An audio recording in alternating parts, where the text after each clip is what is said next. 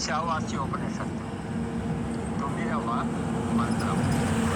అంతం తమః ప్రవిశంతి ఏ విద్యాముపాసతే తతో భూయ యవతే తమః య విద్యాయాం రతాః. భావం: ఈ మంత్రం చాలా ఆశ్చర్యకరంగా, విచిత్రంగా ఉంటుంది. ఎట్లాగా అంటే చూడండి, ఎవరైతే కర్మ మార్గాన్ని అనుసరిస్తారో అట్టి వారు కటిక చీకట్లోకి ప్రవేశిస్తారు. ఎవరైతే నిజంగా జ్ఞాన మార్గంలో ఉన్నారో, ఆచరిస్తూ ఉన్నారో, వారు అంతకన్నా ఎక్కువైనటువంటి కటికి చీకట్లోకి ప్రవేశిస్తారు అని చెప్తూ ఉంది ఈ మంత్రం. దీన్ని మనం చాలా జాగ్రత్తగా అర్థం చేసుకోవాల్సి మనకి ఒకటి రెండు మంత్రాల్లో నీవు కర్మలు చేస్తూనే నూరేళ్ళు జీవించాలి, అదే నీకు ఏకైక మార్గం అని చెప్పింది. అలాగే శరీరం ద్వారా కర్మలు చేస్తూ జీవించాలి అని చెప్పారు కదా, కనుక జీవితాంతం నేను కర్మలు చేస్తూనే జీవిస్తాను, నాకేం అవసరం లేదు అనుకున్నావా, ఇంకా అంధకారంతో తోచవేయబడతావు అని కూడా హెచ్చరించింది. ఏంటి, చాలా విరుద్ధంగా ఉంది. కర్మలు రెండు రకాలు: శాస్త్ర విరుద్ధ కర్మలు, శాస్త్ర చెప్పినటువంటి కర్మలు.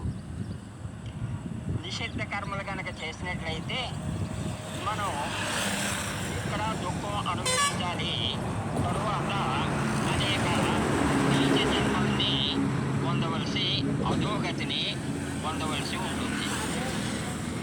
అలాగని కాక మంచి కర్మలు చేస్తే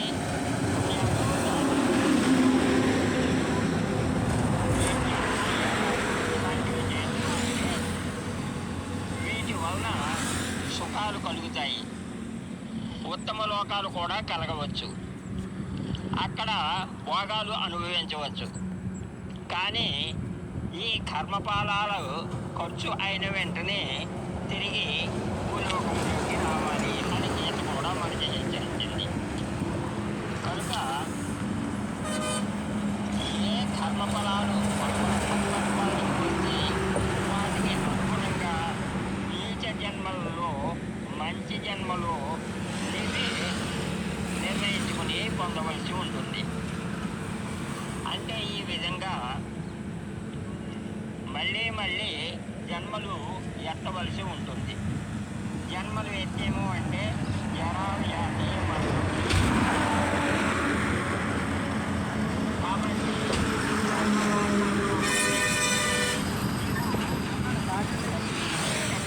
పొందటం జరుగుతుంది అని చెప్పింది.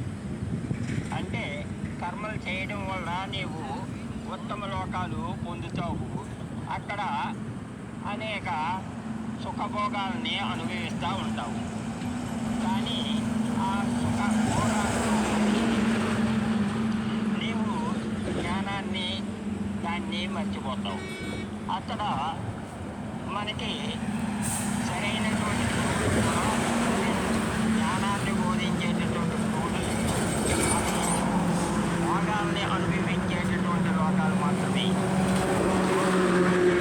అవకాశం మనకు అక్కడ లేదు. ఈ విధంగా మనకి ఇక్కడ అది ఏదటిని అనుభవించాలి అని దీని భావం తెలుసుకోవాలి. ఇంకా భగవద్గీత మహాత్ముల సాంగత్యం వలన అనేక కర్మలు ఆచరిస్తేను అలా నిష్కామ కర్మలు చేస్తూ కొత్త కర్మలు చేరే అవకాశం లేదు. ఇది కొంచెం బాగుంది.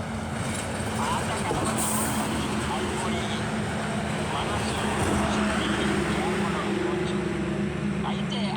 అంటే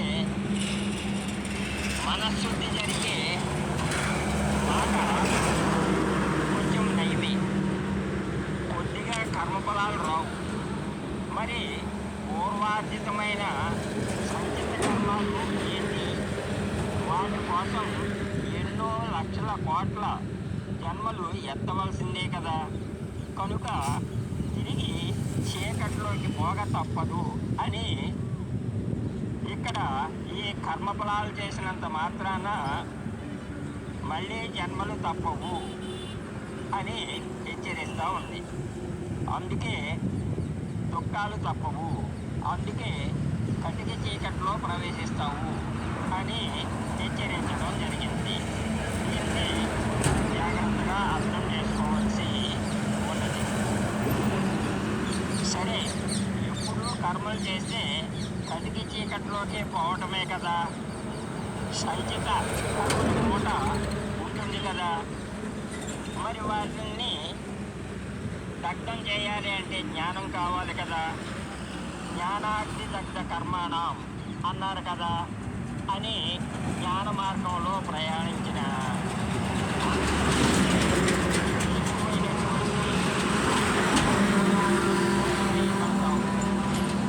అని హెచ్చరించడం కూడా ఇక్కడ కర్మ జ్ఞానాల గురించి చెప్తూ ఉంది. జ్ఞానం అంటే ఆత్మజ్ఞానం. ఈ ఆత్మజ్ఞానాన్ని ఉపనిషత్తులు, భగవద్గీత, వేదాంతం మనకు తెలియజేస్తూ ఉన్నాయి. కాబట్టి దీన్ని అధ్యయనం చేస్తూ ఉంటాం. మహాత్ముల యొక్క ఉపన్యాసాలు వింటూ ఉంటాం. గురువుల చుట్టూ తిరుగుతూ ఉంటాం.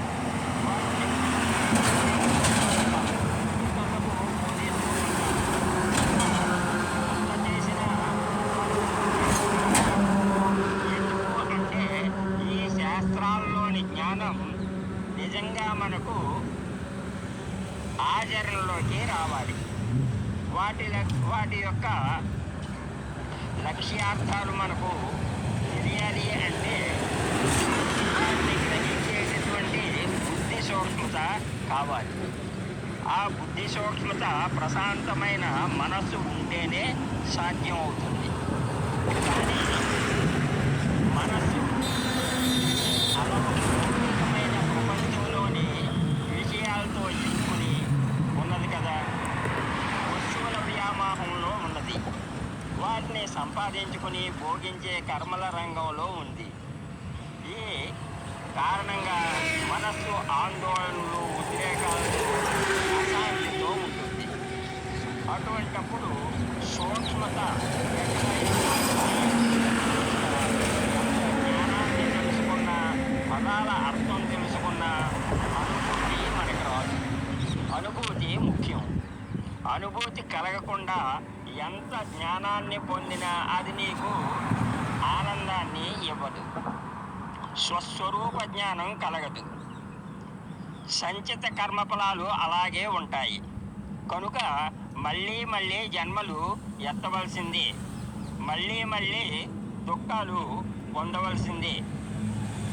ఈ విధంగా మనం అంతకన్నా ఎక్కువైనదా అనిపించేటటువంటి కటిక చీకట్లోకి ప్రవేశిస్తారు అని చెప్పబడింది. ఇలా అంటే కర్మ మార్గంలో కంటే జ్ఞాన మార్గం మరి ప్రమాదకరం అనే కదా తెలియబడుతూ ఉన్నది. ఇప్పుడు సత్కర్మలు, నిష్కామ కర్మలు చేస్తుంటే చెడ్డ ఫలితాలు రావు, లేదా అసలు ఫలాలే రావు. అలాగే పాత వాసనలు కొన్ని నశించవచ్చు, కొన్ని వాసనలు చేరకుండా ఉంటాయి. కనుక ఇది కొంతలో కొంత ఉంది.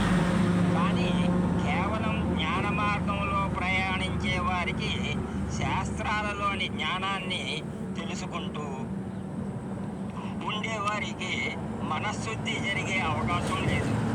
ఎందుచేతనంటే నేను చాలా గొప్ప పండితుడిని, నేను చాలా శాస్త్రాలని అధ్యయనం చేశాను, చాలా గురువుల్ని చూశాను.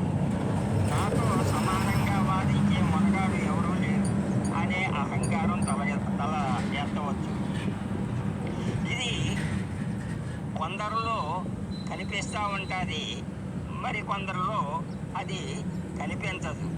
అది మనం తెలుసుకోవాలి. ఇది తేడా. ఈ అహంకారాన్ని అతన్ని అంధకారంలోకి నెడుతుంది. ఇది ఇక్కడ భావం. అతడి చిత్తం శాంతించదు కనుక ఆనందం కోసం ఇంకా ఇంకా కర్మల రంగంలోనే ఇరుక్కుపోతూ ఉంటాడు. కనుకనే మరింత అంధకారం అని ఇక్కడ ఈ మంత్రం మనం కర్మలు ఆనందం కోసం చేస్తా స్వర్గభోగాల్ని ఆశిస్తూ చేస్తూ ఉంటాం. దానివలన అవి లభిస్తాయి. వాటిలో మునిగి మనం లక్ష్యాన్ని మర్చిపోవడం జరుగుతాం. ఇప్పుడు స్వర్గం ఇంకా పైలోకాలకి వెళ్ళిన దేవతలు మొదలైనటువంటి వారందరూ కూడా జ్ఞానాన్ని పొందడం కోసం మానవ లోకంలోనికి వచ్చి ఇక్కడ గురువుల్ని చేరి జ్ఞానాన్ని పొందుతున్నారు అని చెప్పబడతాం. మరి దీనిని బట్టి మనకి అక్కడ ఆత్మజ్ఞానం లభించేటటువంటి అవకాశం లేదు కాబట్టి మనం అంధకారంలోకి వెళ్ళవలసి ఉంటుంది అని హెచ్చరించడం జరిగింది. ఓం తత్సత్. ఓం.